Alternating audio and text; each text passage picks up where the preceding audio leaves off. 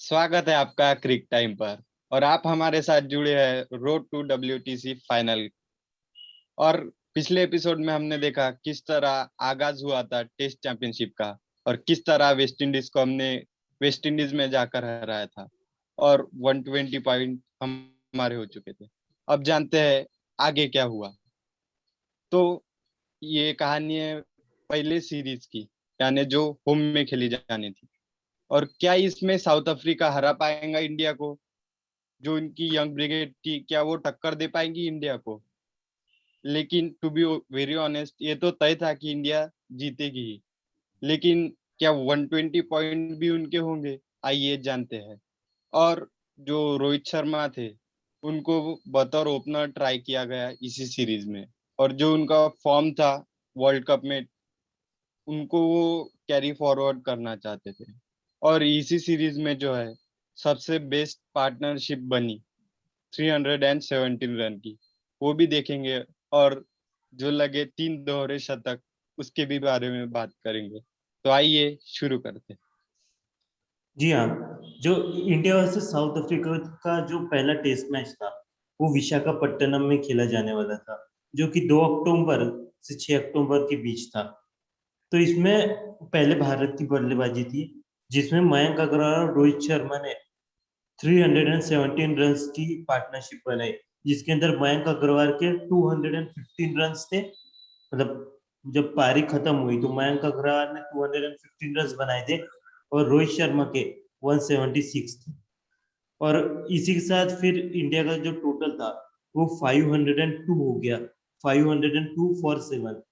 फिर इंडिया ने डिक्लेयर कर दिया।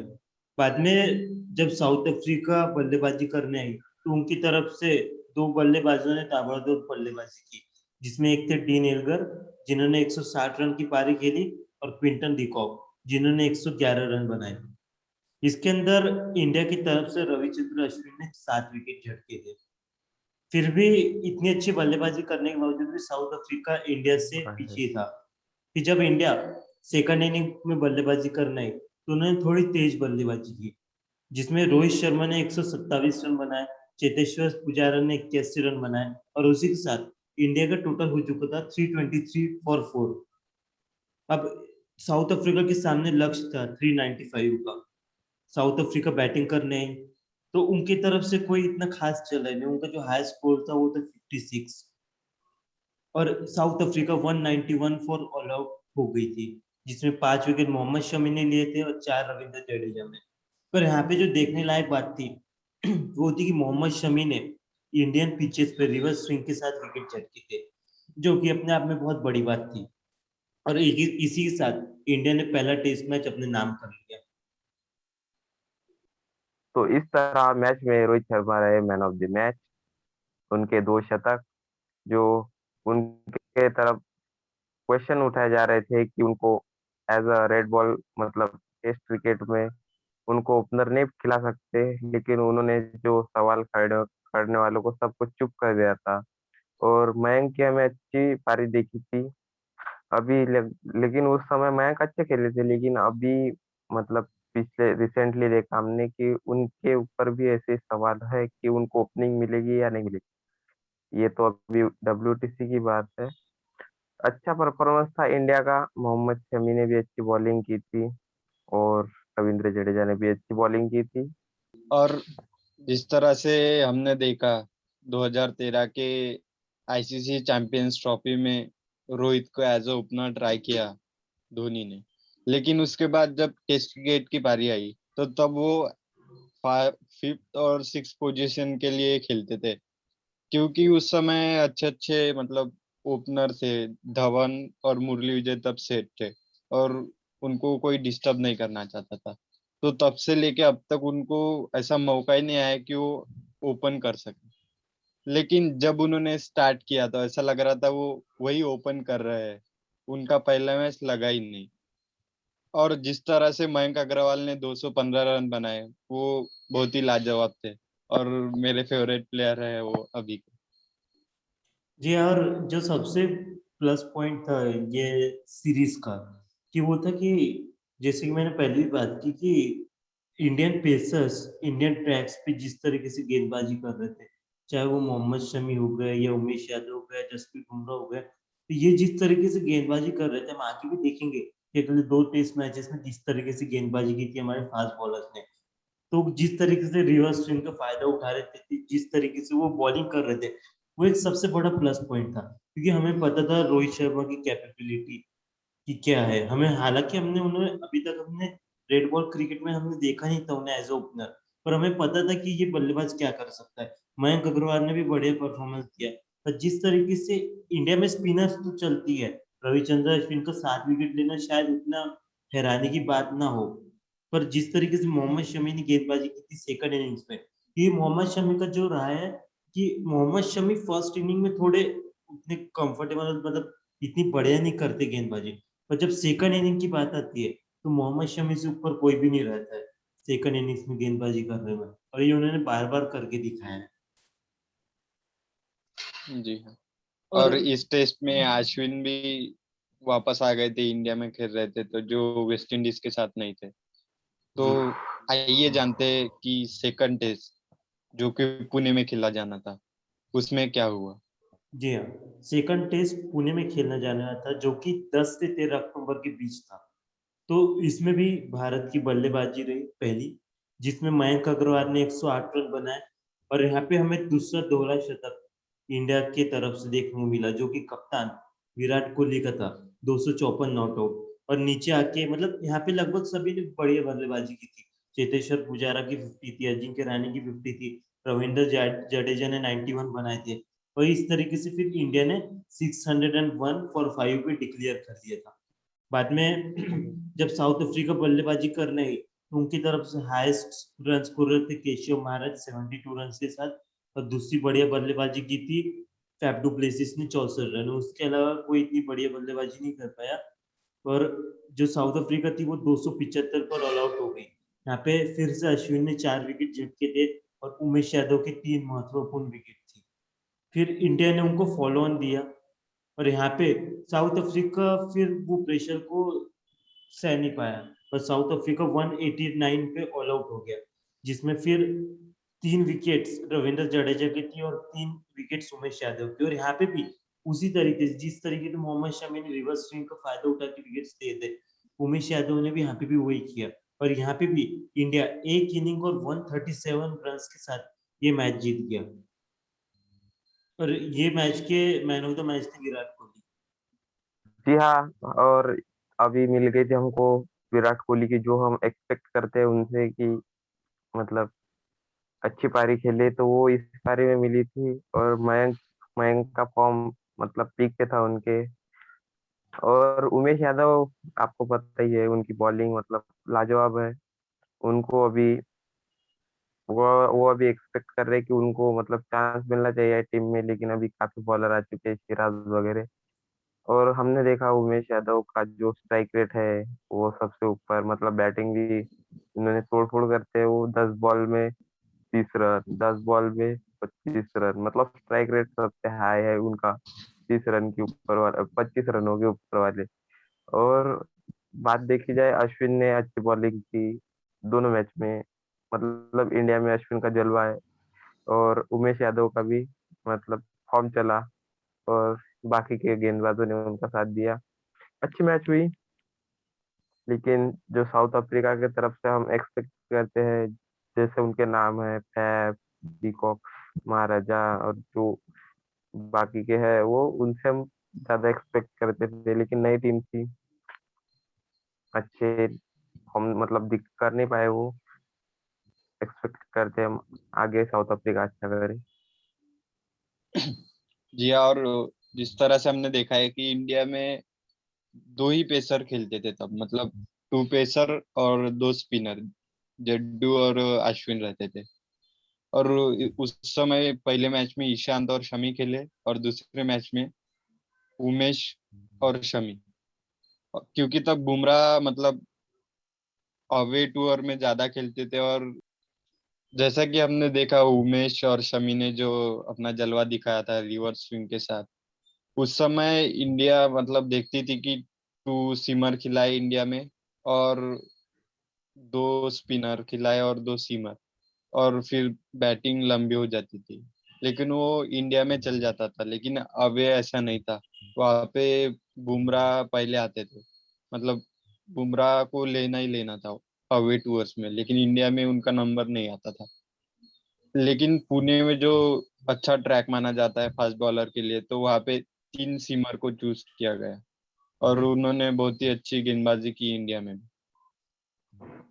जी हाँ, देखिए पहले टेस्ट मैच में सिर्फ 2 ही फास्ट बॉलर्स थे इंडिया के पास, पर जब हमें जैसे पता है कि जो अगर फॉरेन प्लेयर्स भी जब हमारी कंट्री में आते हैं और जो पुणे के पिचेस पे खेलते हैं तो उन्हें भी बहुत अच्छा लगता है, क्योंकि वहाँ पे वो फास्ट पिच है, अच्छा बाउंस कैरी करते हैं वहाँ पे पुणे की पिच में। तो इसलिए इंडिया ने भी वहाँ पे 3 फास्ट बॉलर खिलाए और उन्हें निराश नहीं होना पड़ा। उमेश यादव ने दोनों इनिंग्स में बढ़िया गेंदबाजी की थी। पर यहाँ पे भी उसी तरीके से खेल चला। विराट कोहली ने अपना जलवा दिखाया, 254 रन बनाए थे उन्होंने, मैन ऑफ द मैच भी हुए थे। तो अब 80 पॉइंट्स तो इंडिया के पास आ गए थे। अब हमें देखना था कि जो 40 पॉइंट, क्योंकि देखिए जब सीरीज की बात करते थे तो हम सीरीज तो जीत चुके थे, पर यहाँ पे वर्ल्ड टेस्ट चैंपियनशिप में ऐसा है कि आपको सीरीज से नहीं, आपको हर मैच से लेना देना है, क्योंकि हर मैच पे आपके कुछ ना कुछ पॉइंट्स स्टेक पे लगे रहते हैं। तो इंडिया ये मैच भी हल्के में नहीं लेने वाला था कि हम सीरीज तो जीत गए तो ये मैच हम थोड़ा हल्के में ले लें। उनका यही था कि ये 40 पॉइंट के साथ उनके 240 में सिर्फ 240 अंक हो जाए, और इसके लिए इंडिया पूरी प्रिपरेशन में आया था कि ये सीरीज भी साउथ अफ्रीका को व्हाइट वॉश कर दे। तो हम देखते हैं कि अब तीसरे टेस्ट में क्या हुआ था। तो जो तीसरा टेस्ट था वो रांची में खेला गया था, जो कि 19 से 22 अक्टूबर के बीच में था। इसमें भी भारत की पहली बल्लेबाजी थी। हमने जो अभी तक पिछले 4 टेस्ट मुकाबले देखे, चाहे वो 2 वेस्ट इंडीज के साथ हो या भी 2 पहले के जो साउथ अफ्रीका के साथ थे, चारों में इंडिया की पहले बल्लेबाजी थी। और इसमें भी इंडिया ने पहले बल्लेबाजी की, जिसमें इंडिया ने 497 रन बनाए 9 विकेट के नुकसान पे और डिक्लेयर कर दिया, जिसमें हमें रोहित शर्मा के 212 रन दिखे और अजिंक्य रहाणे की सेंचुरी थी 115 रनों की। फिर जब साउथ अफ्रीका बल्लेबाजी करने आए तो ऐसा लगा कि साउथ अफ्रीका के पास अब कुछ बचे ही नहीं है, क्योंकि उनके हाईएस्ट रन स्कोरर थे हमजा, जिन्होंने 62 रन बनाए थे, और साउथ अफ्रीका का टोटल था सिर्फ 162, जिसमें वो ऑल आउट हो गई थी। फिर इंडिया ने उनको फॉलो ऑन दिया, और जब वो सेकंड इनिंग में बैटिंग करने आई तो फिर से उनका जो परफॉर्मेंस था वो निराशाजनक रहा। वो 133 रन पे ऑल आउट हो गए और इंडिया एक इनिंग और 202 रनों के साथ ये मैच जीत गई थी। और अगर हम ये टेस्ट मैच में देखें, तो अगर हम सेकंड इनिंग की बात करें तो सेकंड इनिंग में 5 विकेट फास्ट बॉलर्स ने झटके थे, जो कि 2 ही फास्ट बॉलर खिलाए थे इंडिया ने। मोहम्मद शमी ने 3 और उमेश यादव ने 2। दोनों ने बढ़िया गेंदबाजी की थी। मतलब थर्ड इनिंग की बात कर रहे हैं, लगभग जो तीसरा चौथा दिन जब आता है, तब अगर फास्ट बॉलर्स ने इतनी बढ़िया बॉल इतनी बढ़िया बॉलिंग की है, तो हम समझ सकते हैं कि कितना अच्छा परफॉर्मेंस उन्होंने वहां पे दिया था। जी हाँ, काफी अच्छा परफॉर्मेंस था फास्ट बॉलर से। और हमें अभी मतलब जो ओवरसीज पिचेस है उस पे मतलब फास्ट बॉलर की हमें काफी जरूरत है। उनको अभी उनको मतलब कॉन्फिडेंस आना चाहिए कि वो सिर्फ अपने अपने कंट्री में नहीं, कि बाहर भी हम अच्छी बॉलिंग कर सकते हैं। उमेश, अभी नए सिराज आए हैं, ईशांत, शमी, बुमराह, ऑप्शन तो बहुत है, लेकिन वो हमें सही पिक करने पड़ेंगे। किसका जलवा दिखाएगा वहाँ पे अपने WTC में, इंग्लैंड में, ये भी हमको देखना पड़ेगा। बाकी सब तो बढ़िया था। और इस मैच में जो रोहित ने डबल सेंचुरी मार दी थी, तो वनडे में तो उनके लिए वो ऐसी बात हो गई थी कि कभी मार सकते हैं, 3 मार दिए थे। लेकिन टेस्ट में जो उन्होंने 212 मारे वो भी बहुत शानदार थे। और हमने देखा किस तरह, मतलब रोहित विराट और मयंक ने डबल सेंचुरीज मारी थी, और उस समय पोटेंशियल लग रहा था कि लंबी इनिंग्स खेल सकते हैं। लेकिन बाद में जब मयंक ऑस्ट्रेलिया टूर में जब आए तो उनके साथ जो हुआ वो तो मतलब वो लग हाँ, उनका बहुत ही खराब कह सकते हैं, क्योंकि उनको ज्यादा मौके मिले भी नहीं और फिर उनको ड्रॉप कर दिया। देखिए जो लेकिन वो देख जो ड्रॉप करने का जो था, वो था कि उनने जो पहले सीरीज खेली थी जो न्यूजीलैंड के साथ थी, उसमें भी उनका कुछ जो, हालांकि किसी का भी इतना कोई बढ़िया परफॉर्मेंस नहीं था न्यूजीलैंड में, पर वहां पे हमारे पास क्योंकि ऑप्शंस थे ओपनर चेंज करने का, तो न्यूजीलैंड में जब मयंक अग्रवाल ने अच्छी इनिंग्स नहीं खेली, फिर जब ऑस्ट्रेलिया आए तो ऑस्ट्रेलिया में भी उनकी 3-4 पारी अच्छी नहीं गई, तो उसके बाद फिर इंडिया को लगा कि अब उन्हें ड्रॉप कर देना चाहिए, उन्हें तीसरे टेस्ट मैच के लिए ड्रॉप किया गया। हालांकि हम कह सकते हैं उनके साथ एक अनफेयर हुआ है, क्योंकि उन्होंने पहले बहुत अच्छा परफॉर्मेंस दिया था, चाहे हम साउथ अफ्रीका की बात करें, वेस्ट इंडीज के खिलाफ ठीक ठाक था, उसके बाद बांग्लादेश में उन्होंने अच्छा परफॉर्मेंस किया, पर उन्हें फिर बाद में जब उनकी 5-6 पारियां खराब गई तो फिर उन्हें ड्रॉप कर दिया गया। मुझे लगता है न्यूजीलैंड में उन्होंने अच्छा किया था, क्योंकि अभी जो आया था बयान माइक हेसन एक का, एक उन्होंने कहा 50 था थी कि उनकी, सिर्फ एक ही 50 थी शायद, जहां तक मुझे याद है। मैच भी 2 ही खेले थे, 2 ही मैच हुए थे उस सीरीज में। अपने टीम इंडिया के पास मतलब काफी ऑप्शंस है। और ऑप्शंस की बात करें तो मतलब डोमेस्टिक से लेके अभी हम भी बैठे हैं, प्रथम भी बैठा है, बॉलिंग कर सकता है। इंडिया में काफी ऑप्शंस है। और सौरभ बैटिंग कर सकता है, मैं ऑलराउंडर मतलब परफॉर्मेंस कर सकता हूँ। हम यहाँ से सोचते हैं तो वहाँ पे तो हम देख सकते हैं। अगर यहाँ पे भी देखते हैं हम गाँव में कभी एक आधे को आगे भेज दिया तो हमें पता रहता है कि भाई हम निकाल सकते थे, ये गया, हम ब्लेमिंग करते उसको। ये नहीं होना चाहिए। अभी WTC में सपोर्ट करना चाहिए सबने, चांस मिले ना मिले टीम के साथ रहना चाहिए। वो तो रहता है, क्योंकि इंडिया का जो ड्रेसिंग रूम का एनवायरनमेंट है वो बहुत ही बढ़िया है। वो तो हम देख सकते हैं कि वो मिलजुल के ही रहते हैं।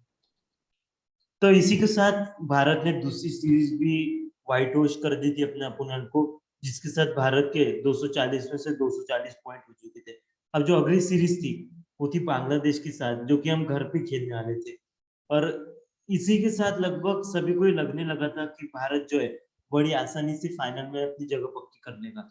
हालांकि जब पॉइंट सिस्टम से परसेंटेज सिस्टम में ये टेबल कन्वर्ट हुआ, तब एक एक समय के लिए सबकी जान हलक में लग गई थी कि क्या फाइनल में भारत जा पाएगा कि नहीं, पर भारत ने बड़ी आसानी से फाइनल में अब प्रवेश कर लिया। तो ये था सेकंड एपिसोड में, हमने देखा कि साउथ अफ्रीका सीरीज में क्या क्या हमारे प्लस पॉइंट थे, किस तरीके से चीजें चली, और अब हम हमारे तीसरे एपिसोड में लाएंगे कि बांग्लादेश सीरीज में क्या हुआ और कौन कौन सी ऐसी अच्छी बातें थी जो हमारे साथ हुई बांग्लादेश सीरीज में। अगर आपको ये शो पसंद आया हो तो हमारे शो को लाइक करें, और ऐसी हम अगले जो 3-4 सीरीज है सबकी सीरीज की शोज लाते रहेंगे, तो इसलिए हमारे चैनल को सब्सक्राइब करें। तो आज मेरे ओर से और सौरभ और लोकेश की ओर से भी आप सभी का धन्यवाद।